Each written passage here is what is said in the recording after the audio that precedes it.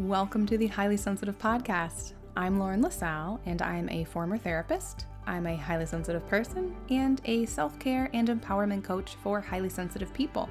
My goal for this podcast is to create a feeling of community, to be a supportive place for HSPs, and to normalize our experiences as highly sensitive people.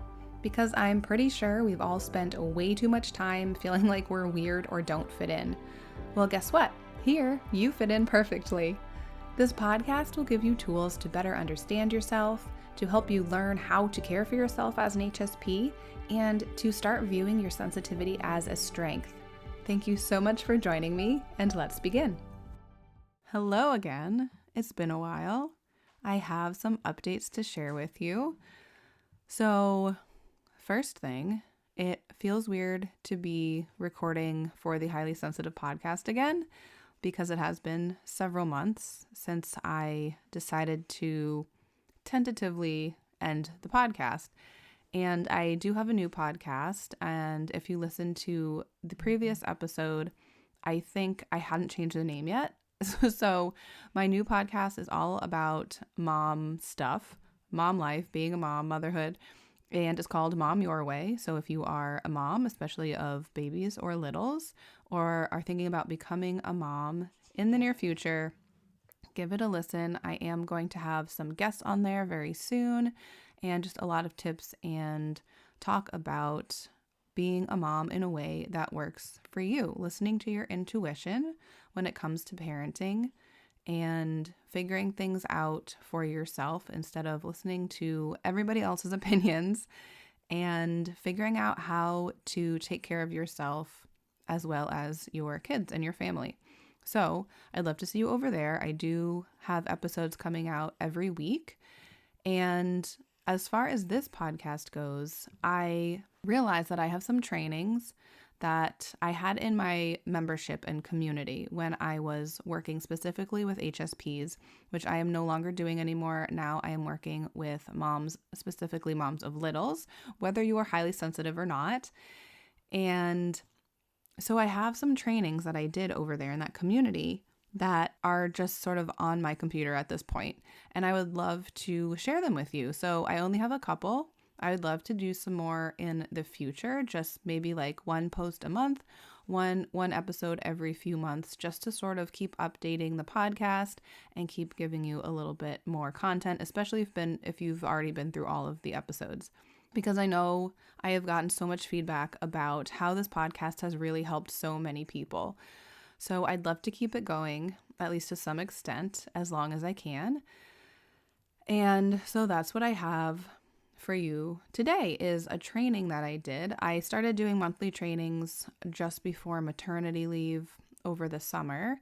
And so I only have 2 trainings that I did that I found on my computer anyway. I feel like I have a couple more things that I could post as well for episodes, but we'll see if I can find those. So today for you, I have a training that I did called What's Yours and What's Not: How to Stop Absorbing Other People's Emotions. And I know this is something that so many of us struggle with, especially being highly sensitive people. And so I wanted to do this training for the community and now share it with you too. So in this training, I talk about how to recognize when you're absorbing other people's emotions, how to use quick body check-ins to separate what's yours and what's not, how to set energetic boundaries before tough conversations, and how to release emotions that don't belong to you at the end of the day. So I hope you find this episode helpful. Let me know in the comments, or if you would like to share this with somebody who could benefit from it. That would be so awesome.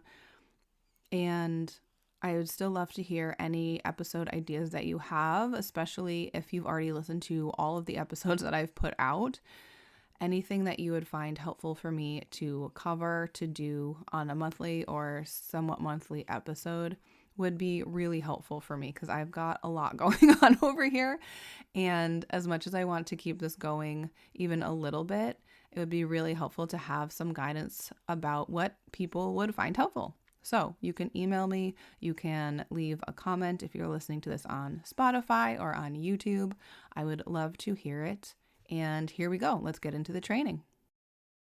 Welcome to May's training. What's yours and what's not? How to stop absorbing other people's emotions.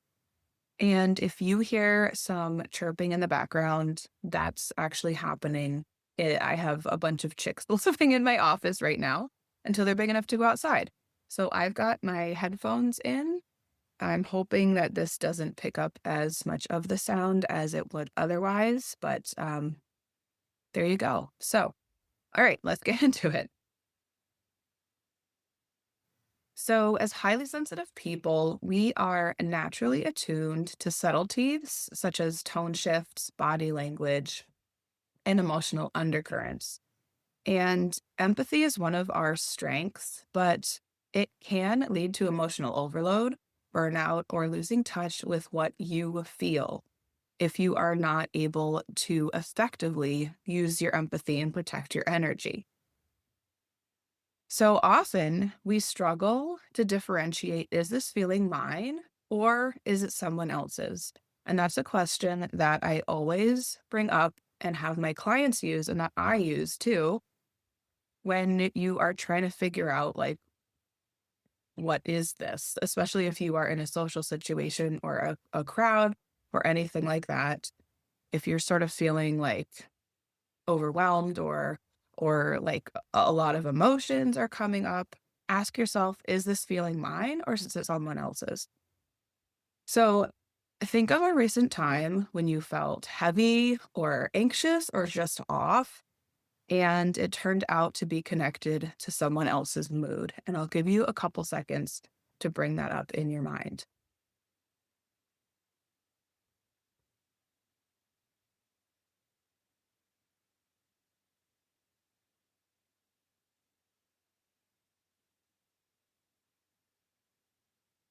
Okay. So I know this happens to all of us. So here are three signs that you are absorbing emotions that aren't yours.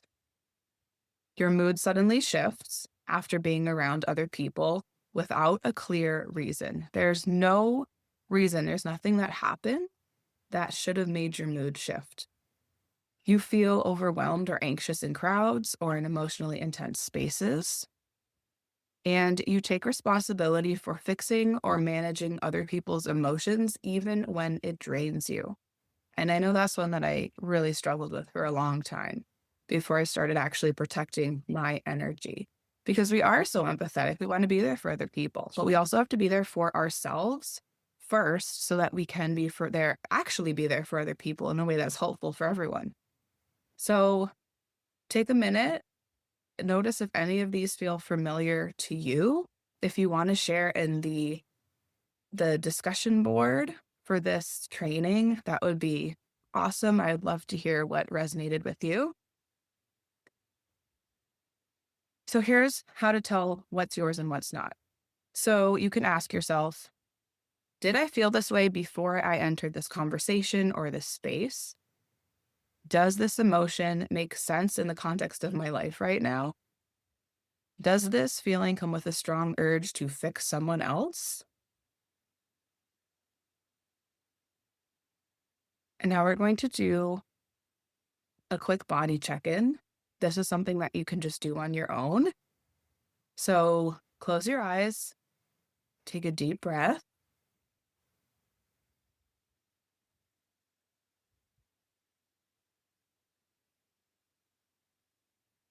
and imagine gently releasing anything that doesn't belong to you. Whatever that means for you, just however that can release can happen. Imagine that happening. And ask yourself, what part of what I'm feeling is truly mine?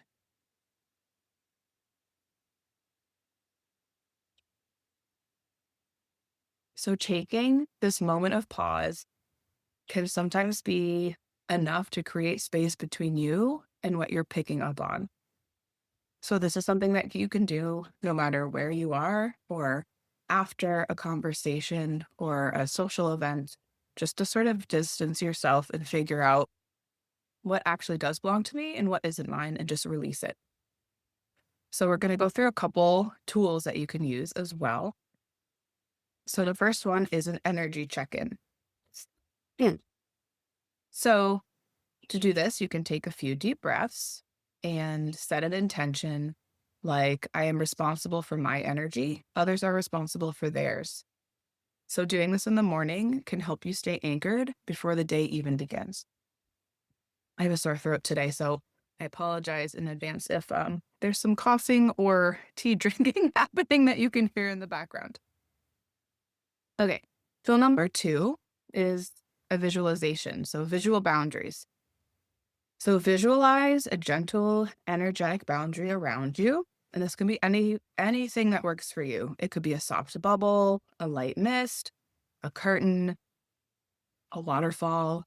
So imagine this around you before you enter intense spaces and set the intention that only what serves you may pass through. So this, like I said, can be helpful to use, especially before difficult conversations or social situations, just to protect your energy and intend to not let anything come through that will feel heavy or overwhelming. Tool number 3 is an end of the day emotional reset. So ask yourself, what am I carrying that's not mine? So these could be things that you picked up on throughout the day. This is a way of releasing them before the day is done. You can journal about what's mine or what's not mine. You can do some gentle movement or take a warm shower with the intention of releasing any lingering emotional residue. I know taking a warm shower always works for me, even before I really understood what it was doing. I just always felt better after taking a warm shower. You can place a hand on your heart and say, I return what's not mine with love. So if you try any of these tools and they work for you, I would love to hear about it in the discussion board. Or if you have other tools that I haven't mentioned that work for you, I'd love for you to share them as well, so other people who watch this training can get those ideas as well. So remember that your sensitivity is a gift. It's not a flaw. And it is important to know that you can care without carrying their stuff. Setting boundaries doesn't mean that it's cold. Boundaries aren't cold, they're clarifying. And the more you stay grounded in yourself, the more you can offer others. This is something that I talk about all the time, how you really need to be there for yourself before you can truly be there for other people in a way that is beneficial for them and you. All right. So remember that you are not too sensitive. Your sensitivity is a strength. And the goal is not to shut off empathy, but to stay connected to yourself while you are being present with others. The more you return to yourself, the clearer your energy becomes and the more ease you create in your life. And I have been able to do this in my own life, and it really makes such a huge, huge difference in being able to be there for other people, being able to choose who you can be there for and how you can be there for them. Makes a huge difference. So we're going to just do a closing reflection. What is one small practice that you want to try this week to stay more rooted in your own energy? And this is something that you can think about, or just choose the first one that comes to mind, or one that really resonated with you and stuck out during this presentation. And please share in the discussion board. You can journal about it. I would love to know what you are trying and then how that went. So I know this was a pretty short training. I hope you got a lot out of it, and I will see you next month. Thank you so much for listening to the Highly Sensitive Podcast. You can help support the podcast by taking a minute to rate and review it, share a favorite episode with a friend, or become a subscriber on Patreon at patreon.com/highlysensitivepodcast. Visit laurenlassalcoaching.com for free resources, information about my coaching programs, and to join my email list. You can connect with me on Instagram at selfcarewithlaurenlassalle or email me at lauren@laurenlassalcoaching.com.